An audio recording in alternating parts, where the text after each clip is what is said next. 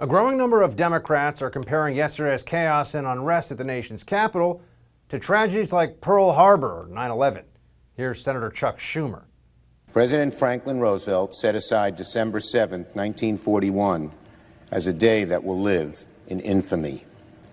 Unfortunately, we can now add January 6th, 2021, to that very short list of dates in American history that will live forever in infamy. Where was this level of shock and condemnation over this summer when Antifa and BLM protesters ravaged their way through American cities, burning down buildings, police stations, destroying livelihoods? Why did the left turn a blind eye or explain away all of that unrest and violence? Where was the media? If you remember correctly, they were characterizing the chaos and riots as mostly peaceful. These images came and come in stark contrast to what we saw over the course of the daytime hours in Kenosha and into the early evening, which were largely peaceful. I want to be clear in how I characterize this. This is mostly a protest. It is not, generally speaking, unruly, but fires have been started. Destroying property which can be replaced is not violence. Please, show me where it says that protests are supposed to be polite and peaceful. I get it. Mainstream media is ready to rebuke riots now that the disorder has shifted to fit their narrative. Well, here to discuss the hypocrisy of all of this is OutKick media columnist Bobby Burack. Bobby, good to see you again. Buck, Happy New Year. Made it back to New York. Yeah, Happy New Year to you too. I was in Florida. I probably should have stayed. So anyway, tell me this, my friend. We're going to see a lot more of this in the days ahead, aren't we? The forgetting of what, speaking just from the media perspective, forgetting how things were covered, including large-scale riots with arson and assaults and vandalism and violence over the summer, stretching on for months, versus this one incident where there was one fatality, but overall it was more destruction of property and trespassing that was occurring. Yeah, Buck, when I first saw this occur last night, or actually yesterday afternoon, I was genuinely fascinated how the media was going to make the excuse, because we all knew it was coming. They were going to denounce Trump and all of his supporters. And obviously they have. We knew that was coming. But I didn't know how they were going to turn that gear after spending month after month this summer making really every excuse they can put in the teleprompter for BLM and Antifa. You heard people like Chris Cuomo make his excuse. You had Nicole Wallace and others at MSNBC saying, where is the unrest? We need to make people feel as uncomfortable as our party does. And hear the word over and over again, mostly peaceful, or those are just a few bad actors. You can't denounce the entire BLM or Antifa group. But Buck, they didn't even try to explain the hypocrisy. They skipped all that step and just went right in yesterday, first on Trump, and now his entire base, the 75 million people that voted for him, they're now saying that the people that broke into the Capitol building yesterday represents all 75 million of them. They're not leaving any room for any possible good Trump supporters that were just there to protest peacefully as the president asked to do. No, none of that matters. They're focusing on the entire base of Trump, which, as you know, reached 75 million voters, and Trump himself comparing him now to a dictator, saying it's the worst event to happen in America since Pearl Harbor, maybe the Civil War. It's unbelievable, the change of tone, when the only thing that's changed is maybe the party doing it.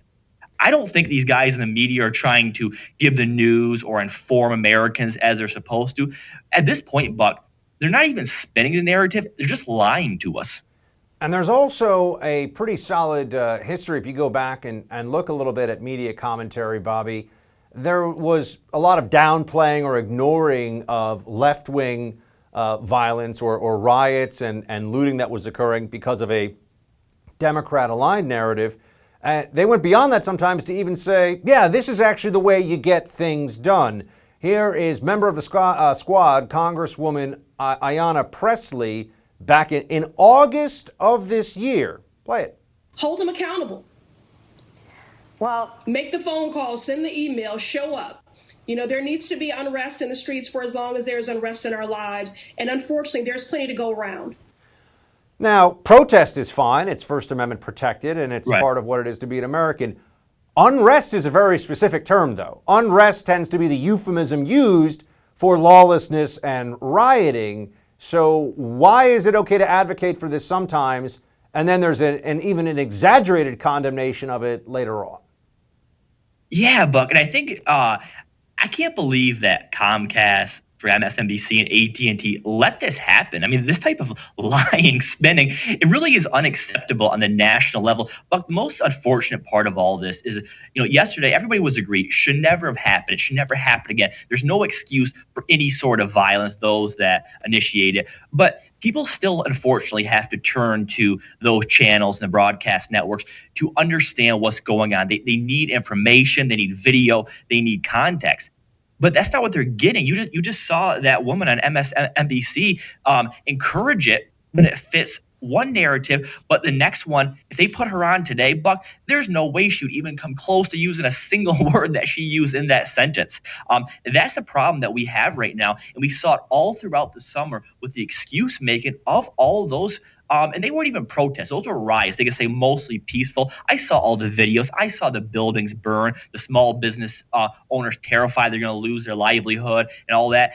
Those were riots. Those were looters. And we have a pretty thin tongue about switching those definitions. They're not all the same thing. There were some rioters yesterday, and there were some protesters, but they're all being lumped together now as terrorists. I saw CNN yesterday say this is domestic terrorism. But this summer, when BLM and Antifa did it, there was a few rioters and the protesters. Explain that to me, because to me, they're exactly the same thing. You either support both, which you should not, or you come down hard on both of them. And I think everybody should look in the mirror why this happened, because this will happen again. Maybe not a story like this, but you'll see that double standard apply all throughout the cable news channels. The hypocrisy extends beyond even what we've seen from the media to elected officials. Kamala Harris was urging her followers over the summer during the rioting that was occurring as a result of the BLM movement and Antifa and all that left-wing lunacy that was unleashed on the country for months at a time. Here's Kamala tweeting out, "If you're able to, chip in now for the Minnesota Freedom Fund to help post bail for those protesting on the ground in Minnesota." People weren't being arrested for protesting. They're being arrested for breaking the law, which in the case of Minnesota included burning down a police station. It included destroying businesses, looting people's homes, destroying people's livelihoods, looting businesses, burning down buildings. It was madness. Why should we see the Minnesota Freedom Fund in this way advocated for without understanding that there's a tremendous amount of hypocrisy from Democrats? Yeah, it starts from the Democratic Party, and it goes down to the media. Then it goes down to what I want to say foundations and corporate America. Buck, they're all in the same group. They all get the same talking points, and you see it over and over again. These same Twitter accounts, whether it be Girl Scouts or Boy Scouts, they have to monitor what they say or take stuff down just to make sure they're accepted by those two groups, which is the media and the Democratic Party. And you're right. You're seeing that foundation try to raise money.